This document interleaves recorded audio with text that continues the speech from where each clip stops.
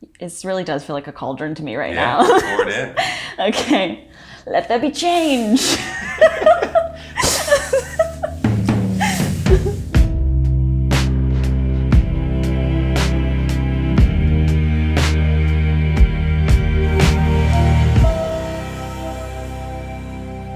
Thank you for saying yes. Absolutely. The first question is, why did you say yes? Anything for you, Nicole? I remember when I first saw your Instagram, that was like one of the first things that I saw. I was like, oh, men who take baths. I love that. I love taking baths, so sign me up. Perfect. Well, as we were joking before, you are quite literally sitting in hot water about to answer questions of masculinity and feminism. But just to reiterate, there are no wrong answers. And this is about your story and hearing where you've come from and how you ended up here in the bath. Wow. Cancel culture. Yeah.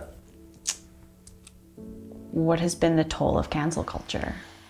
It's like, how can we create a society where it's less about punishing and vengeance and more about creating a society that we don't want those things to happen again, and like truly holding someone accountable, truly allowing for that process of forgiveness to take place. Now, with that forgiveness, there comes also admitting, making up the damage, not doing it again and again and again. So there's all sorts of things that come with that. But I think the toll that cancel culture has taken is, like, I can think of one example. This young man, like, it literally tried to, like, there was someone that I know that's like super close to me, and like there was a page that was put up on Instagram about him, and like said his name, and then like called him an abuser, and like just specifically that one situation, the toll on his mental health, to publicly, like in my eyes, like publicly lynch someone like that, and I think that the sooner that we figure out that we're all human and none of us are perfect, and we can do some really horrible things to one another, and those things don't have to be condoned. But on the other hand, it's like, well, how do we like truly create a society that you can make a mistake and own up to that mistake and figure out a way to do something differently and a way to change that behavior? It's so interesting to have these conversations because the people that understand this understand it. But how do we reach people that don't get it? People that are sexist or racist to varying degrees. Like, how do we actually reach those people and have them listen to something like this and understand that the ways that they're living or behaving are damaging not just to those around them, but to themselves? Art. Yeah, art. I know it seems crazy, but like to me, art is like one of the only ways that you can see yourself through the eyes of another, and vice versa, right? You can see others through your eyes or even their eyes, right? And so I think it comes down to perspective. We can both be looking at the same thing and seeing totally different things, right? And it's not that one of our perspectives are wrong or more right than the other. It's just like, that's from our perspective, right?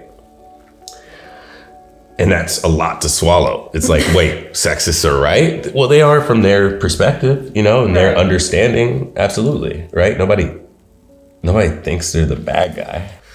But then also what comes to mind is, like, as a Black man in North America, like, mental health growing up was not something that we typically discussed. Like, other than my grandma, I can probably like count on my hands, like, people that asked me how I was doing, but like really cared how I was doing. You know what I mean? Like, so what comes to mind is like really having those difficult conversations, like with yourself, with people that are in your circle and are close to you. Like, what is a difficult conversation? What's an example of a difficult conversation from the male perspective? From the male perspective, if let's just say I have a friend has been having a tough go, I feel like historically men have kind of been put in this position where they have to pretend like everything's okay. You know, they're not really given the space to be not okay. You know, it's like, no, the man has to always show up and like in the position of like, as a friend, as a father, as a brother, whatever, you just get it done. There's no space for you not being all right. And so a difficult conversation is like, if you're not okay, or if your friend's not okay, you saying like, man, I know you're not okay. But then that friend may not even admit it to you. Like if someone goes through a breakup, I've had so many guy friends that have gone through breakups, and you ask them like what happened, it's like, oh no, I had to, you know, cut that off, right? But there's no sort of admission that that situation has taken a toll on their emotional or mental health, and it can end up having devastating effects. Like what? Like someone could have like a breakdown, you know, because they're resistant towards admitting that something's not okay. They're bottling up these feelings, you know, instead of releasing them and letting them out, right? When we talk about equality, feminism does come to mind as this desire for the shared understanding that we are all complex, and to be able to express ourselves as that. How can women include men in the feminist movement?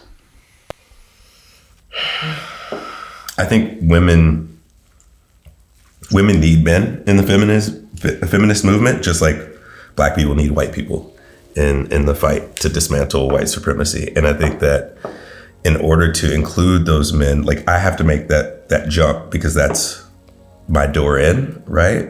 I think we have to provide space for men to be wrong, right? And for white people to be wrong and to be okay with being wrong. Being wrong is scary. Yeah. But we also live in a society where we've got it all figured out, you know, and we're supposed to have all the answers, and we're adults and we're grown. And if we don't have it figured out, we should already have it figured out by now, and, you know? And so... Can we just all admit that nobody has it figured out? Nobody knows what the fuck we're doing.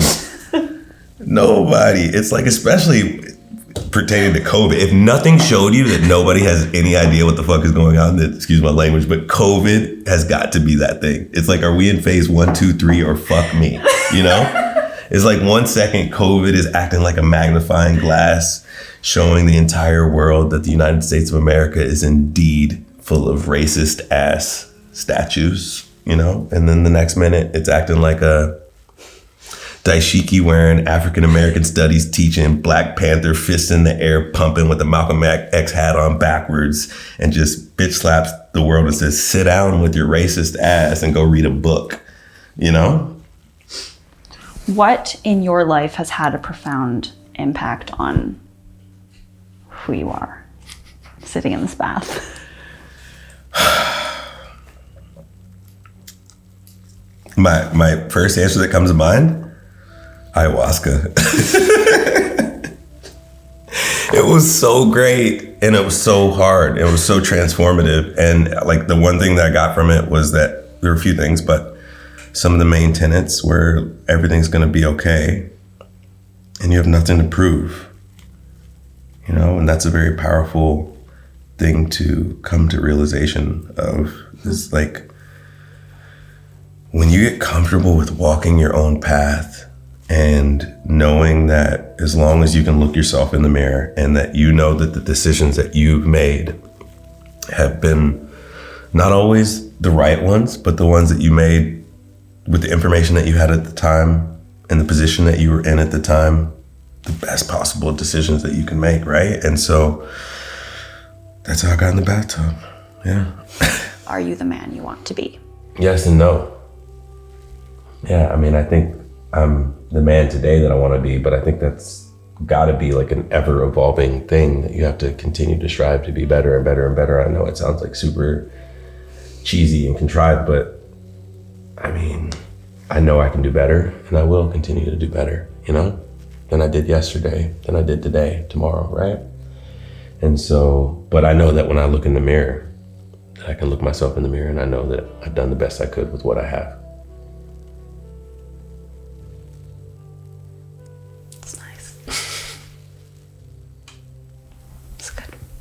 Thank you. Thank you for having me. Thank you. Okay. You pass. Okay. You get to be bubble knight. Do I cry now? Fine. Yes, just a little bit. That's it. That's all you get. So is there any position in particular that you would... You don't want to hear what just went through my head. I don't know why. I was like face down, ass up. No, we're not going there. Edit that.